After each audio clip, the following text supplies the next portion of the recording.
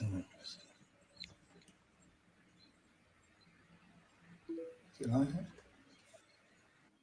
Sorry, it's just, I don't know what it's freezing. It doesn't appear to be. Yeah, we're live. We are now live. Hi, we are Podcasters Unleashed. Excuses first of all. There's two of us that aren't here today, but they've got a good reason. Today, we're going to be talking about when's the best time to invest in oneself. I'm your host for today, Simon Rushton, and then over to Carla. Hi, I'm Carla. I'm from the Wonder and Wellbeing podcast, which is a podcast for parents and teachers. And we talk all about kids' well-being, appearance well-being, and everything related to education. Over to you, Nelson. And I am Nelson J. Zambrano. I am the host of Investing in America, where we talk about how to invest in the United States. And we also have incredible interviews with great entrepreneurs that share their fantastic business practices. And over to you, Victor. Thank you, Nelson.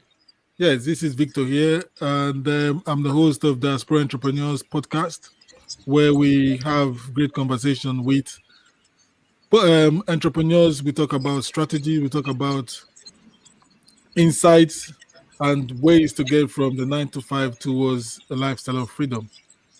Over to you, Simon. Hi, thank you. I'm Simon Rushton. My podcast is called Taxi Chronicles, where I interview people as I drive them around London. They're spontaneous guests, and they just tell their story. They give an educational, or they share their heartthrob or whatever's going on in their life. And we publish daily at 8 p.m. on all major platforms like everybody else. Now, today, the topic, like I said, is about when's the best time to invest in oneself. It's just us as a team, as the four of us, and we're just sharing our experiences of what we've had experience in investing, whether we've moved to Qatar, or we're living in America, we're doing something in Nigeria, or wherever in the world. We're just going to share our experiences of what it is like and things like that. And also, there will be questions coming up for the audience, where the audience can join in, and here will be the first one for the audience. Yeah, that will be the first one for the audience. I don't know why it's not going. But moving along, my first question goes to you, Nelson. For a man who believes in investing in America, when did you decide to invest? When did you come to the realization and time where you realize it's good to be an entrepreneur?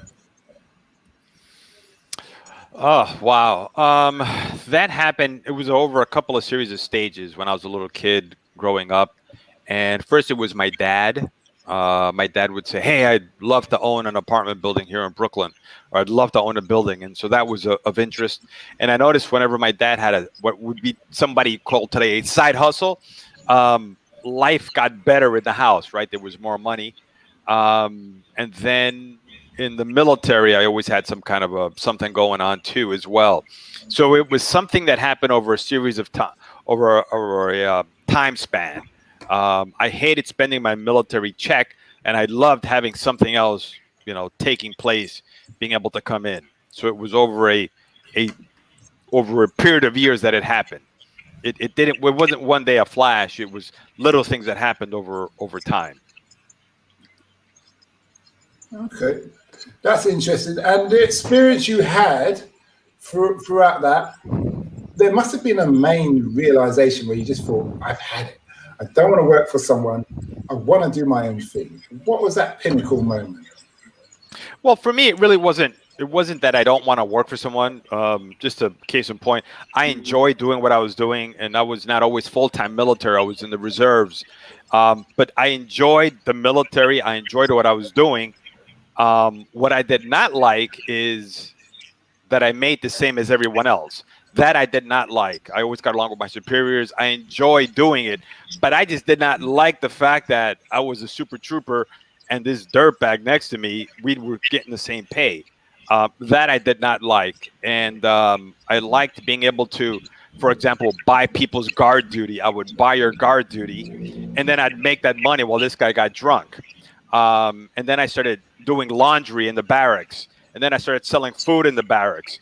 And I just figured I enjoyed the parachuting and all that stuff. I just wanted to make extra. I got along great with my superiors, but I just did not. I wanted to make more money. That was it. So it wasn't because I disliked any boss. That happened in the civilian world, and I just really couldn't stand certain bosses. But I always wanted to have something else coming in because that gave me the ability to tell people no. Okay. Thanks for that. We've got some questions coming out, and I will, Carla, once you've read this one out, I will throw this to Victor. So, Carla, if you read this out, please. Okay, so what comes to mind? This is a question for the audience, so we really want to hear from you, find out your views and your experience. What comes to mind when you think about investing in yourself?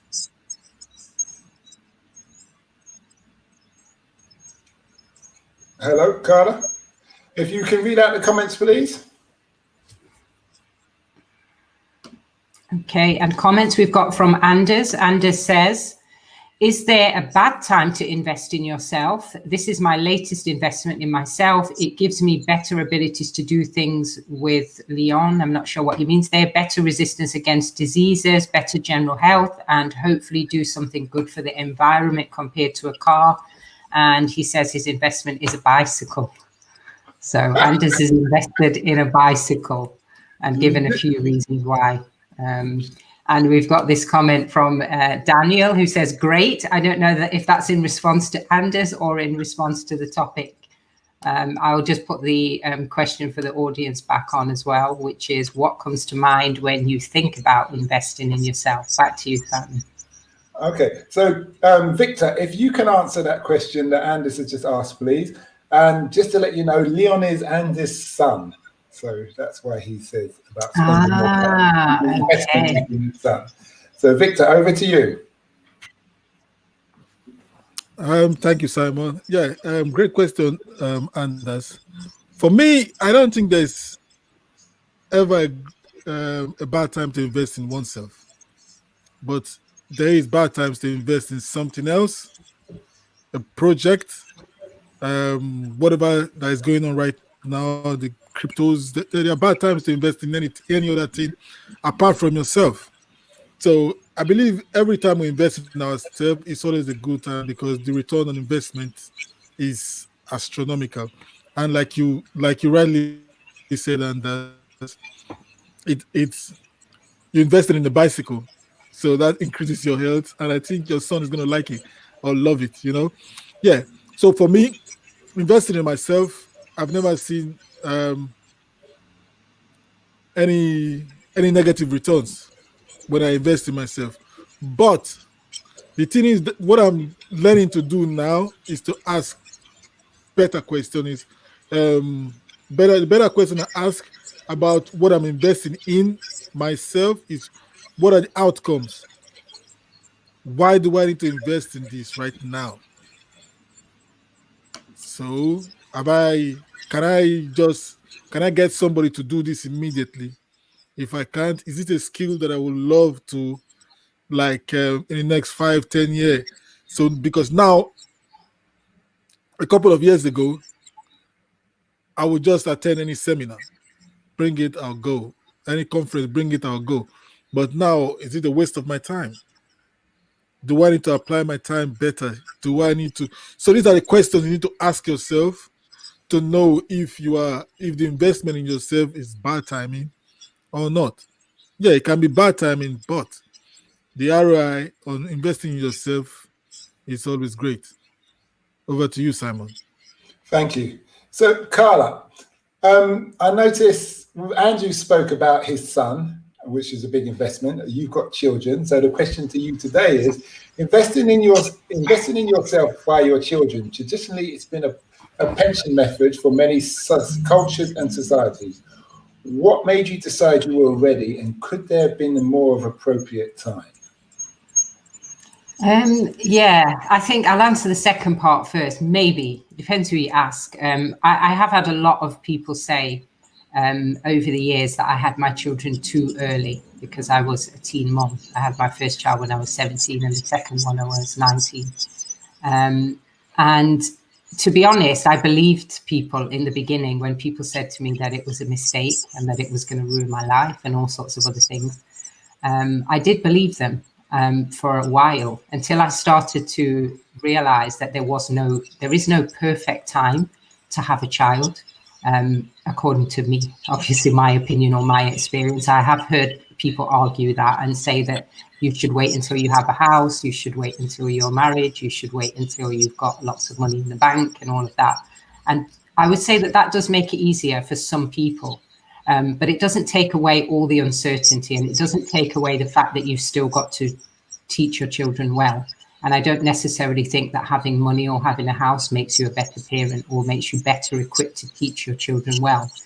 What it could do if you waited, how I reflect on it now, is what it can do is it can alleviate some of the pressure that you're under financially, because sometimes financial pressure can distract you away from enjoying parenting and from having the right systems and routines in place. But again, there's no guarantee that when you have the money, you're going to have that, because there are lots of people that have money, have a house, have what we call stability, but they're still not great at parenting because there's no foolproof way to make yourself great at parenting. You've just got to get on with it. So for me, I think it was a good thing to invest in. And it was a good risk, because there's always that element of risk, isn't there, when it comes to having children. We've got some feedback. Can everyone mute themselves, because it's quite distracted. But yeah, it's, for me, I feel like it's paid off. And now my daughters are in their 20s, and I feel like I'm relieved that I'm not worrying about having children now. As a woman, I feel blessed to have two of my children be grown up and not be thinking about trying to have more children at this stage in life. It's not always been easy, I wouldn't say it, but I don't think any investment is easy. I think if you have investment in real estate, there are times where you're probably worried about it. And I think with kids, it's the same.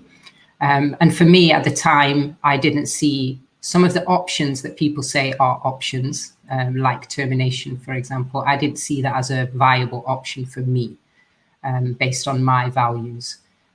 So in that respect, I would say it was the right time. So, yeah. Back to you, Simon. Thank you for that, Carla. Now, when it comes to investment, what I've concluded so far is that there's three main points of investment. There's business, there's your health, and there's your loved ones. So that's how we are going to be focusing on today. I should have added that in at the start. Nelson, you've got a child. I believe you waited some years before you had a child. Yeah. Why then, and how have you handled that in, I could say, investment, but obviously I don't suppose you're waiting on her to pay your pension, but why did you decide to invest in a family and a child at that present moment? Well, it has to do with values as well, just like what Carla said. So termination, abortion for my American counterparts, that really wasn't an option for me. Okay, that's not an option. I knew that the mom would do a great job. That was something I did not have to worry about. So, so let's just kind of go forward with this. And now, I am very happy with the results that I am seeing, that she's going to grow up to be a fine young person, a leader in society. So that to me was important. It's a legacy issue, I guess you could call it as well, a legacy issue. Victor. Simon, you're muted. Thank you. Okay. Victor, you've been married for a very long time. How has your investment of marriage of 28 years how have you managed that investment? Because that is a real investment and you've stuck with it. Many people throw in the towel and just say, that's it, divorce, going on to the third wife or second wife or new girlfriend, younger and improved and all of that. How have you managed your investment of marriage, and what is the biggest hurdles? Wow, Simon, you just threw me under the bus. Anyways, Yeah. Ooh, okay. Yeah, that make me look old, But we started very early, started very young, We were like very good friends, and we had lots of stuff to talk about.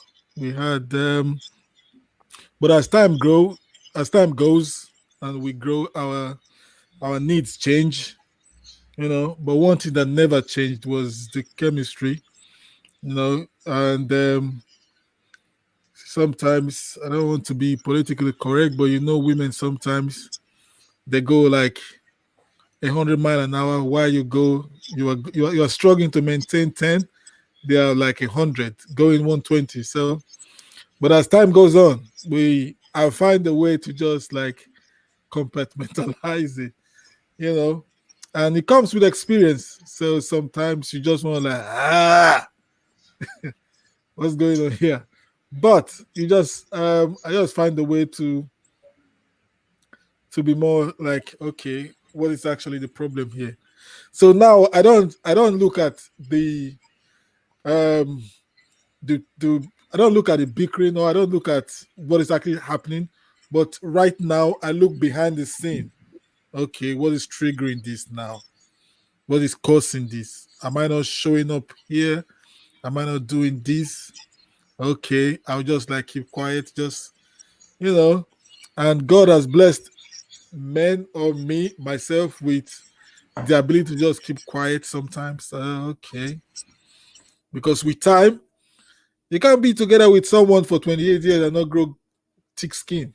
If not, you just like throw in the towel, and because time is one of the greatest investment that we have. So we've been together for 28 years, and I can't just walk away, or I don't think she can think about walking away, or me myself. No, and we've got children, we've got children, and they are just they grow up. We've invested a lot of time trying to make them the best version of themselves. So we've tried a lot. We've done what we think is best, and what Carla said about there's no right time to have kids. There's absolutely no right time to have kids, because ours was like after the first one, the second one was like back to back. So I'm like, what? I don't want to curse, I don't want to swear, but what is going on here? I almost like ran away when we got the confirmation that yes, it's actually coming. So and this one is still like this. How are we going to survive? But the family members were like, well, you guys are going to struggle. You guys are doing this, that, this is not Nigeria, whereby you have extended family to come support you. This is just you and you. So it was really an interesting time. Let me not say challenging, but really an interesting time. And we managed to like sort ourselves out. So we really went deep and came out, and she is my my rock, my right hand buddy. So for 28 years, so we've invested a lot in the relationship. Okay, that's great, Victor. Great to hear. And you've got a lot of comments. So, Carla, if you can read out the comments, the supportive comments of Victor. Yeah, we have Anders Cardell. The speaker seems like a natural entrepreneur. And also 28 years, that's impressive. Lots of praise for you, Victor. And what's the secret? Bad hearing, Anders says. And, yeah. Jokes aside, it's impressive. And also Anders says, it's interesting that he says, I'm trying to find out what's behind the behavior. Yeah, I thought that as well, Anders, when Victor said that he'd progressed to thinking, okay, I'll just say what's behind this behavior. It's very, very mature. And then we had Nelson had said, please share more on this. I'm not sure what you meant, Nelson. Do you want to jump in? Yes, that was from one of the, oh my goodness, I forget, I was engaging with him, but he was talking about investing in his health and other things, and then the bicycle, and we're going back and forth. So I definitely would like to have him, and him is him. Anders. It's Anders. Yes, Anders. That's it. If he could just share some more on that, that was pretty impressive. Okay. Well, moving along, obviously, investment is family. It's great to have your family right before you start to invest business-wise, but we've all had some form of investing in business here. So, as podcasters, what made you all want to invest in being a podcaster? Because that is a big commitment. It's constant. So, starting off with Carla. I think it's an ongoing cycle, actually, of what makes you want to invest in yourself. I think just being engaged in the process of self-reflection and being engaged in life itself, it forces you to have to invest in yourself to take everything to the next level. And it's not always about business. Sometimes we think about investing in business, but actually on a personal level, we're not ready. On a relationship level, we're not ready. On a well-being level, we're not ready. So I think it's just being in a constant, honest dialogue with yourself and responding to the things that are happening as they're happening, the things that trigger you to grow, the things that are going wrong in your life. Usually that's when you realize, like, for example, if you're having too many relationship breakdowns, you know that you've got to start investing in developing your character or developing your relationships with other people. And maybe looking at the reasons why from your side rather than blaming other people. And I think that's a big step in investing in yourself. I think you get to a point where you realize that you need to work on yourself at a deeper level before you engage in any more relationships or even dating. There's a point where you're just not able to do that because you've got to do some work on yourself. And the same is true of business. You get to a point where maybe you're in a job and you're not enjoying it, you're not fulfilled. I know Nelson had mentioned earlier that he liked his work, but a lot of people don't, or they like it for a time and then they outgrow it, or they get to a stage where it's not fulfilling anymore because maybe it's all revolving around income or it's stagnant. So you've got to a point where you're not growing or learning anymore. And then you decide to either change career and invest in yourself by taking courses, or invest in yourself by starting a side hustle and trying to build that outside of your work hours so that gradually you can make that transition out of that job. For me, a lot of my investment in myself over the years has been in learning, because I dropped out of school to have my children. I was continually learning and taking courses, but it's funny, I got to a stage where I just said to myself, no more courses, no more learning. It's time to start applying what you've learned, because you can also get to that stage as well where you're addicted to learning and you're wasting money. Like Victor said about the seminars, you can do that with courses as well. You can say, okay, I'm taking another course and another and another. And really you're just procrastinating because you don't want to grow. You don't want to take your life to that next level. So you're like forever in the university of life. So I think there's a balance as well. But for me, it's all about what's happening in life, what stage I'm at, and where I want to go next. And I use that as the kind of trigger to invest in myself. Okay, thanks for that, Carla. So, Nelson, as we spoke about before, you're a big investor with your Invested in America. Tell us about that and why and what it was like to decide to invest in America. And just the journey. So is it the journey why investing, or the previous question, why a podcast? Both. Okay. Oh, both. All right. Okay. Good thing I got my coffee. Well, okay, let's go with the podcast first. For me, I was going to write a book, and then I just wimped out of writing the book. It just seemed like a bridge too far to take. So I saw and heard about podcasting, and I said, that sounds like I could maybe get the same bang for the buck, so to speak, instead of writing the book. And I started through that process, and instead it was the reverse, because every week you have to have a new episode and a new host. So I learned a lot. It was a lot of growth, personal growth, getting the podcasts out, creating it, and then the thing that I was very surprised is the community that was created. For me, I learn a lot by being a podcaster, from my guests on my podcast and from my co-hosts, from each and every one of you. And I'm not saying this because you guys are here, but I've actually learned something that gives me a better perspective on how to handle things. I can almost quote the day and time things that Carla said, Victor, Kaola, who's not here, Matilda, who's out, you, Simon, and then from our guest, the audience, I learn a lot from. So that has helped me out a lot. And so it continues. And now I'm actually starting to write the book now. So full circle, I couldn't escape from writing the book. So that. And then as far as it comes to investing in myself, I had run into big issues and problems that I just could not process on my own. They were beyond me. And I knew that to process them in a right way, I needed to get external help.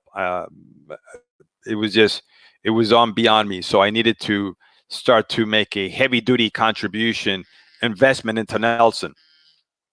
So that's where that started on my personal development journey. Okay, thanks. So Victor, as a family man, you took a big risk when you decided, well, you've got your hands in many pots, let's say, because when it comes to investing, you do your subcontractor with various things, but you also do your digital entrepreneur. So diaspora entrepreneurs, what was it like to make that decision? But not just about the podcasting, because when I interviewed you before, you did a big investment about investing in Nigeria and doing car parts and all these other things. So how's that journey been, and what's the decision making? Oh yeah, Simon. That is an ongoing investment for us, and we're doing a 40 unit property development in Nigeria. So being hit by COVID, so we're taking things slow. As most of our off-takers were diasporans. They live in UK, the US, Canada. So, and when COVID hit, everyone was saying, okay, let us take a break. Let's wait. And over a year now, and finally, things are easy now. Things are getting easy right now for investment to start flowing. So we are looking forward to having things back on track. But what really made me to invest is my dad. He died. He passed away like 21 years ago now, and his legacy still lives on because we still talk about him. We still speak about him. So, and properties that he left for us, including landed properties, they are still there. The factories are still there. So the code room, the warehouses are still there. So these are legacies that he left. So I'm like, okay, what can I do? So I don't need to reinvent the wheel. I just followed his footsteps, and all I have to do is don't let my family know, but I want to best him, not when it comes to the children's side, but when it comes to investing. So I want to go further than what he actually did. So I've always been someone who my mom is a trader. So during Christmas, for us to get extra during Christmas to get your how's it called, your bangers, we need to start doing some entrepreneurial stuff. I need to start taking boxes of cold drinks to the market to hawk them and sell. And the spread, I keep the spread maybe a month or two to Christmas. I start keeping money for me to get extra when it comes to Christmas. Then it came to a point where my dad said, you know what, no more Christmas, because he's the church that he goes to do not recognize 25th December as the birth of Jesus Christ. So he doesn't want to hear about Christmas anymore. So what are we going to do? We need to start we need to become entrepreneurial and start thinking of ways to make money for Christmas. because we don't want to be left behind. We've already started it, so we started doing that, and I think that thing kind of followed me. And what really pushed me so far, pushed me a lot, was what's it called? Shiny object syndrome. So I was saying, oof, this looks good. I jump into that, I fail. Oops, this looks good. I jump into that. So that shiny object syndrome was really, really a big stumbling block until I realized, okay, you know what? Stop. That's why I said when it comes to seminar, just name it. I'm there, because I was looking for quick, get rich quick, get rich quick, get rich quick, but I found out that, you know what, why am I learning this right now? Why am I learning this? So it's like what Jim Rohn said, building foundations all around town without actually finishing one. So when I invested in podcasters, when I invested in Broadcast Yourself with Brian Rose, I just say, you know what, just calm down and see how it goes. So this podcasting, investing in being a podcaster, was really kind of a defining moment, if I would say that. That made me to, you know what, I'll slow down and just start taking things one step at a time, one step at a time, one step at a time. If not, I would have jumped poof into something else that is more shiny. There's so many things out there for you to go and invest in. But I was thinking, I was investing more on stuff. But since Broadcast Yourself, I've started investing in myself more. Instead of investing outwardly, I started investing in myself more. How to speak better, how to do better presentation, how to organize visual summit, how to make my mind, how to work my mind, how to like build my mental toughness, my mental resilience. Not when I hit a brick wall, I run away, or when I see resistance, I run away. So I started investing more on my mindset, how to get my mindset right. I hope I didn't take too much time answering this, because this will fill a whole book. Yes, Simon. No, it's perfectly okay, Victor. It's very informative what you have to tell us. Carla, if you can read out the comments, believe us.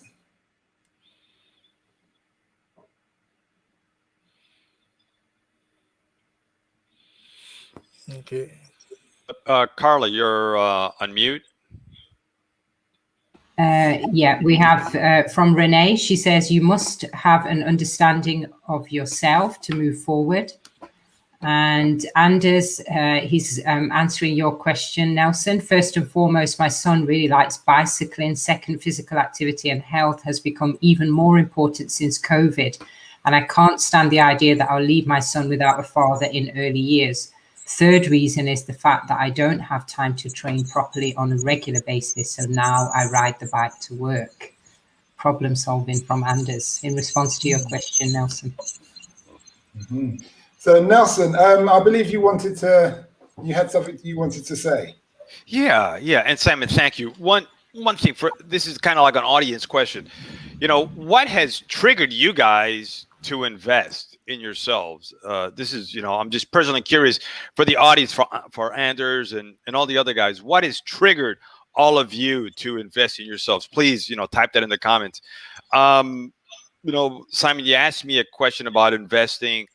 And big thing is that school isn't sufficient. School does not provide me a framework, a methodology for handling, processing certain issues, whether it was a bad breakup, relationships, who to decide to go with, where to put money in, why to put money, all those things. School was it really came up short. The closest thing was home economics, and that was teaching you how to cook. So that kind of ended it for me right there. For me, again, it wasn't like some job that I couldn't stand or anything like that. It was, I wanted options. I liked the option to say no. I liked the option to say F no. So I want those options. And quick story, I worked for a company. I was very happy over there. The competitor tried to recruit me. They made me a nice offer. I said, thank you, but no, thank you. My company was bought out. And my position, they just weren't going to do that kind of thing anymore. So I went to the previous competitor and I went back to them and I said, hey, is their officers there? They said, yeah. I went on vacation. When I was in the plane, they sent me the offer and everything was the same except the salary was substantially lower. And I called them back, on the plane, texting, calling him. And I said, hey, things look great, but the offer is lower. And there was this kind of snide remark, like, we got you by the short hairs, kind of thing. And it was like, well, we know that your company is no longer there and this is what you got. And I told them this, and this felt so good. This is why I've invested in other things. I said, guys, let me tell you this. I'm going on vacation, all right? And just because I don't have a job doesn't mean I don't have an income. And when I land, I really hope there's a new offer because I'm going to go back and I'm going to go to your competitor. And guess whose clients I'm coming after first? Ding dong, you've got to turn off your cell phone, da-da-da. I hung up. 3 hours later, I landed, turned the phone back on, new offer, back to the same old compensation plan. And it was like, now I couldn't have come like that if I didn't have another, basically I couldn't be talking that kind of shit, that kind of smack if I didn't have other income coming in, So that I love having options, and that's what it gives me is options. Thanks a lot for that story. Yeah. So real New York in your face. Go on, Victor. Nancy, you see that is when I take the okay. When I say I don't know how to use the word, but it's like when you by the horns. No. When you're breastfeeding the baby, when the mom is breastfeeding the baby, and the child was like, and you pull it out, poof. You get so when your contract ends. I was doing a job. I was doing a subcontracting job for the NHS. It's the National Health Service in the UK. So we were meant to be there for about 8 months. The job was good. The pay was okay. And guess what? Less than 4 months, because we were kind of efficient, and they had to drop some people. And when the main contractor dropped some of us, the trust now said, you know what, you guys are not complete anymore. So they axed the contract, they stopped the contract because they were not fulfilling what the manpower that was required. So when they took that thing from my mouth, I was the baby, I was so focused on the breast milk.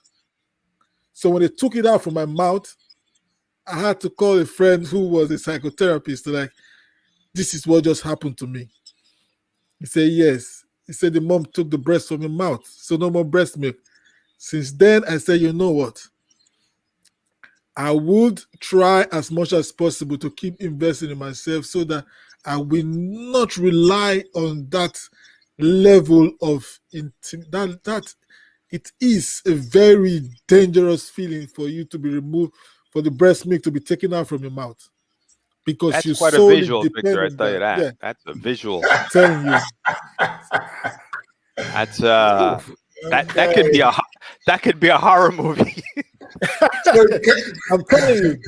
So since then, go on, Victor. Sorry. No, since then I just told myself, you know what, oh boy, you need to start investing in yourself so that you won't be in this situation again. So like you said, not because I don't have a job does not mean I don't have an income. I like that word. Not because I don't have a job doesn't mean I don't have an income. I still have an income.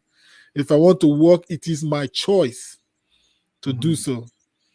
Yeah, go ahead, Simon. Thank you, Victor. Carla, we got some more comments, please. Okay, Anders says, in Sweden, there's a big difference when it comes to the business part, depending on what socioeconomic group you belong to. An investigation in funding of startups shows that people with immigrant backgrounds from disenfranchised areas are less likely to get funding. I think the figures were 98% of the funding goes to white people with middle or higher background. I'm sure that's not just in Sweden, Anders. But it's Sweden. What do you expect? It's Sweden. I mean, who the hell else is in Sweden? Yeah, but the Nelson, thing is, Nelson. You'll be surprised, Nelson. Go on. Yeah, but also if it's a small percentage of people who are immigrants, you would still expect them to be, represented in the business. But I think that's what Nelson Anders is saying, that they're not. Come to America. We got space for you. And also Anders says the best and smartest company in Sweden is a company that's started by 3 guys with Somalian immigrant background. The owner of H&M asked if he could buy a part of the company and they said no. And also Anders says many of the creative and hungry people that have strong drive and creativity comes from disenfranchised backgrounds, but because of systemic racism, many doors are closed. And unfortunately, I would say that Sweden loses big time on this. Interesting comments there from Anders. Carla, I believe we've missed one. Rini? Yes. Rini says, I'm investing in my own health, mental and physical. I realize I couldn't give my all in anything I do while body is feeling weak and my mind is clouded. Okay. Absolutely. That's very, very interesting. I'm, as just a brief one for myself, as an ex-military guy, I believe in physical and mental health. My mental health is very black and white. Just do it and stop bitching. Physical health is get up, bang out those press-ups, sit-ups and squats and things like that. Does any of you, and even you guys in the audience, have a routine when it comes to physical and mental health? So starting with Carla. What is your physical and mental health routine and how you Yes, I do. I'm very, very much into health because I've had to. I've had to take care of my health over the years. I've had a number of health issues, and health issues, sometimes we see them as a negative, but I don't think they are. I think health issues can be a positive because they make you more aware. If you have a sensitive body and you can't burn yourself out, and when you do burn yourself out and you experience that, you know how serious it is, and that makes you much more aware. So for me, there are certain things that I have a zero tolerance on, like sleep. I have to sleep, and I have to sleep properly in the right environment and regularly at the same time every night. If I don't, I will quickly deteriorate. And we had a comment there talking about the mind being clouded. My mind gets clouded. So I'm very strict on sleep. I'm also very strict on toxic stuff, toxic energy and people around who are draining and toxic and negative. I really cannot cope with it. And if I put myself in that kind of environment, I notice straight away that it starts to have an impact on my mental health. And I start to not be able to focus very well. I start to get quite nervous and anxious and all of that. So I've become really strict with that over the years, just keeping myself away from anything that's going to make me anxious or stimulate any kind of excessive stress or tension. So I'm strict on that. I also walk a lot. I find that walking on a regular basis gives me a chance to clear my head, and it also keeps me in shape in an easy way. It's a low impact for me. I'm quite slim naturally, so I don't worry about weight, but I do notice if I'm not walking and I'm not staying physically active that I become, my mood shifts. And as a woman, we can be kind of like this anyway. And I think when you're trying to do business and things like that as a woman, you have to really take care of things like your mental and your emotional state. And I find that walking for an hour a day, maybe 3 or 4 times a week more, if I'm really struggling with something, to process something, or I'm going through a lot mentally, then I will walk every single day until I start to feel balanced. So things like that have been a part of my routine for many years. And I adapt as I go along. Sometimes I practice alternative therapies like aromatherapy and reflexology and things like that if I'm ill or I feel like I'm losing my balance physically.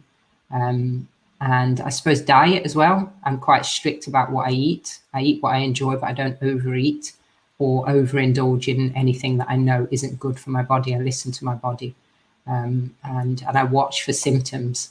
So I'm quite holistic, really. I have a kind of holistic approach, and I adapt and kind of go with whatever is happening with me at the time and respond to it. Back to you, Sammy. Thanks a lot for that Carla, very interesting. What I've found for myself, just throw this in there, is something that Nelson said. He said he likes to be in a position where basically it's F you.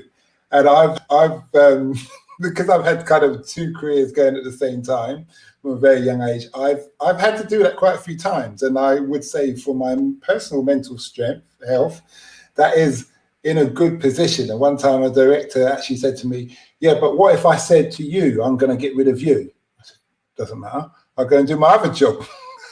And he kind of looked bewildered, like, huh? I thought, yeah, do you think I'm just going to depend on you, you muppet, in that respect? I just thought I'd throw that in because what Nelson said there, maybe it's a military thing, started with reservists and TA. It's a very good practice to have for those who are out there. If you can have dual income, and especially for my time in Africa, most Kenyans, whether they work in government or not, they have a side hustle, and it does quite well for them, to be honest, in that kind of respect. I see you nodding there, Victor. Do you want to add to that, just as we're going to be rounding up in the next couple of minutes? Yeah, Simon, you said it all. See, one stream of income it's not good. Let me just put it out there. It's not good. It's never good, and I will never support that. The Nelson is saying 5, or maybe just saying high 5. But yeah, start. See, I'm in my second one now, and I want to I also want to do what Warren Buffett suggested, at least 7. Mm-hmm. So yeah, at least 7, because you want to be in that position to say, you know what, I just go, just go. Yeah. Mm-hmm. Okay. So when it comes to go ahead, Nelson. No, I mean, it was just something, what Simon was saying, Victor, and here with Carla. I mean, this is a perfect example to me is a failure of the school system and society, is that if a person has a side hustle, part-time job, something like that, it's almost looked down upon. That, oh my goodness, it's looked down upon instead of wow, that guy or that girl is industrious. They want more out of life, to give people more options, but instead it's almost looked down upon. I mean, nobody has a problem if you get 2 majors in school, but if you have 2 careers, except if you're in the reserves, or I guess the Brits call it the territorial army, that's what they call it. But if you have 2 careers, that's being double industrious. I mean, a person that brings up, to me, I look at your value, our value goes up twice as much. You're willing to give out twice as much. You're better use of your time, and you give yourself options. I mean, a person gives themselves options, and that's a failure of our education system that doesn't emphasize that you should have that second career, that second job. You can invest that money, to give yourself those additional options later on. And Simon, you asked about investing. Believe it or not, just like Carlos said, sleep is a great thing. But I'd follow that up with, believe it or not, getting a really good mattress is a great investment. Getting a good mattress, spending a couple of $100, maybe even a couple of $1,000 is a great investment in a good night's sleep, and it pays off in huge dividends. It's funny how what you saying that, because if you told someone to buy a mattress for £1,000, they say, no, I'm not doing that. But yet they go on holiday, which only lasts 2 weeks. A mattress lasts about 10 years. And the funny thing about it is, part of your life. Simon, the funny thing is that on holiday, they're staying at a hotel that does spend £1,000 or more on the mattress, and they say, I slept so well, only for 2 weeks, right? Because hotels have the best mattresses. But why don't they take that? They can have that same quality of sleep vacation for 50 weeks at home. It doesn't make sense. Yeah, and shoes. I once heard a comment. It said the 2 things you should invest in, material items, are your mattress and your shoes, because if you're not in one, you're in the other. And that always sticks with me, because people laugh at my shoes. I have a thing about buying expensive but really ugly shoes, and my kids always laugh at me, and they hate going shoe shopping. My daughters go shoe shopping with me, and they choose all the fancy shoes that hurt your feet that you can't walk in, and I choose all the mum shoes. and I'm never complaining of sore feet. We can walk for miles, and being a walker, I like walker shoes. And they'll always be laughing at my shoes and complaining about sore feet. And I'm like, yeah, it's because of your shoes. You should buy good shoes. You know, it's funny you mentioned that, because I'm actually buying another set of shoes today. And the cheap gene was setting in. I'm like, nah. And I said, you know what, Nelson, what the heck are you doing? Buy the shoes. Just buy them. You love them. They're comfortable. And you're not complaining, just like you said, Carla. Simon, over to you. Mm-hmm. Thanks. Carla, if you can just read the last two comments, and then we've got a couple of good comments from Anders. Anders says, I try to reflect on a daily basis over my ability to be present in the relationship to my son. I love that, Anders. That's really good. And that means I'm aware of things that create stress, irritation, frustration, or such. It's easy to zoom out by either getting stuck in own emotions or goals in a way that disturb the ability to be present. Definitely true when you're with kids. And also, Anders says, is it a coincidence that the men are talking much about the business aspect and Carla talk more about emotional, physical aspects? Probably not a coincidence, Anders. Go on, Nelson. You know, I was just about to say what Anders was just saying about being present. I actually took a personal development course, one of the toughest ones that I've ever taken, and it was on being present. So Anders, I'm talking about the emotional part as well. And I took a course on how to be more present. And it was really good. It was a very good investment that I made in myself. Okay. So starting with Victor, if the short closing sentence of what are the most important things for you when it comes to investing in oneself?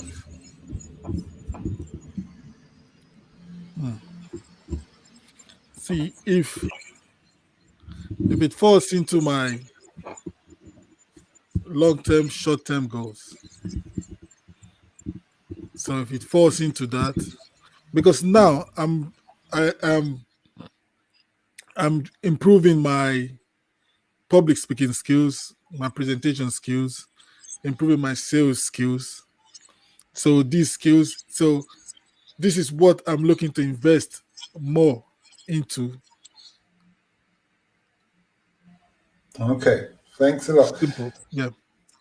Nelson, when's the best time for someone to invest? I would have to say it's always a good time. The questions to ask themselves is, who do I want to be? And once they answer that question, who do I want to be? And how do I get there? But it's those two questions, then they can make the investing decision. And Simon, to answer that first question that you had before on routines, there's a great book out called Miracle Morning. I highly encourage folks to get it, to get a good, solid morning routine. And then going back to what we talked about before, how you end the day is good because that sets you up for the next day. Thanks a lot. And Carla, when's the best time to invest in oneself, especially the family? Every day, every minute. I second what Anders says about being present. If all you can do is to figure out how to be present in the moment with your family, that is something to do right now. Because what I would say is, I mentioned earlier about when I had my children, that time has gone by so quickly. When I see them now, I can't believe that they're that old. I can't believe that they've left home and that they're working and they're no longer here. I miss having dinner with them, going to the park with them, eating pizza with them. And I'm so glad that I gave them as much time that I gave them. I'm so glad that I sacrificed. People said, oh, you sacrificed, you put things on hold and all of that kind of stuff. But I'm actually glad that I did that because I can't get that time back. And was it worth the time, you know? So I would say right now is the time to invest, is always the time to invest, because that's all you have. You can't guarantee that you're going to have the future.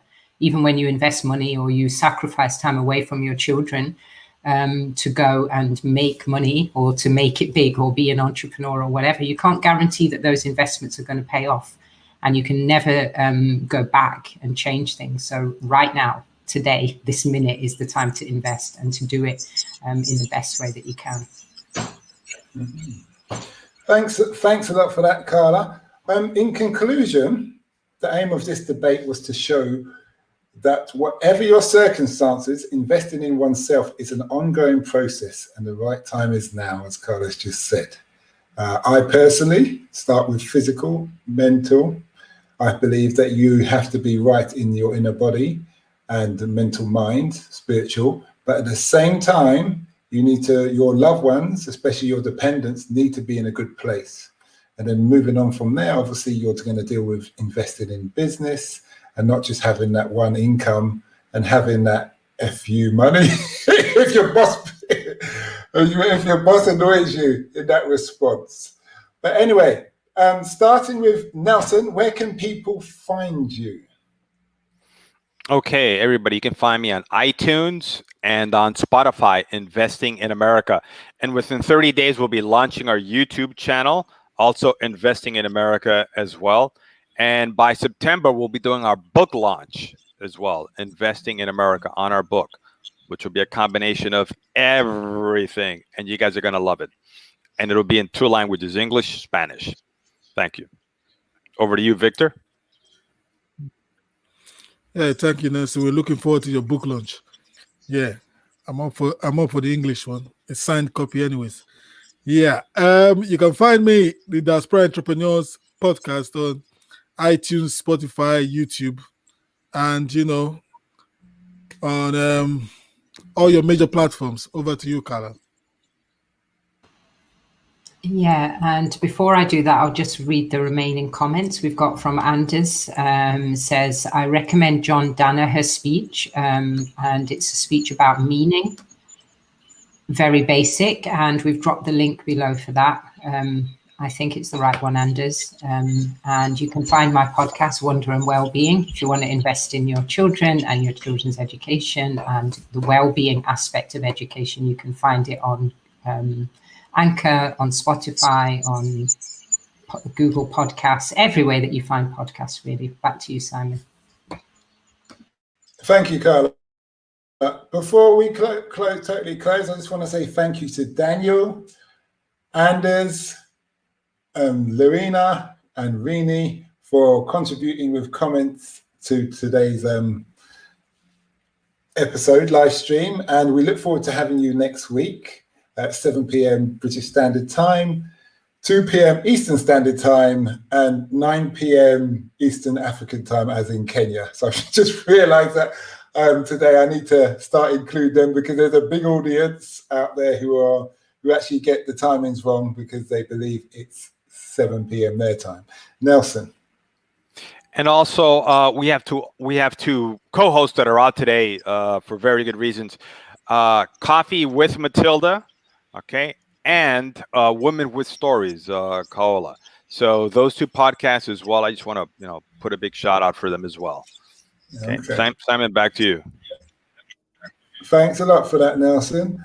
And myself, Simon Rushton, my podcast is Taxi Chronicles, where we interview people daily, sometimes up to 10 interviews a day. And they just share their experience about their profession, what it's like, regardless of what they do.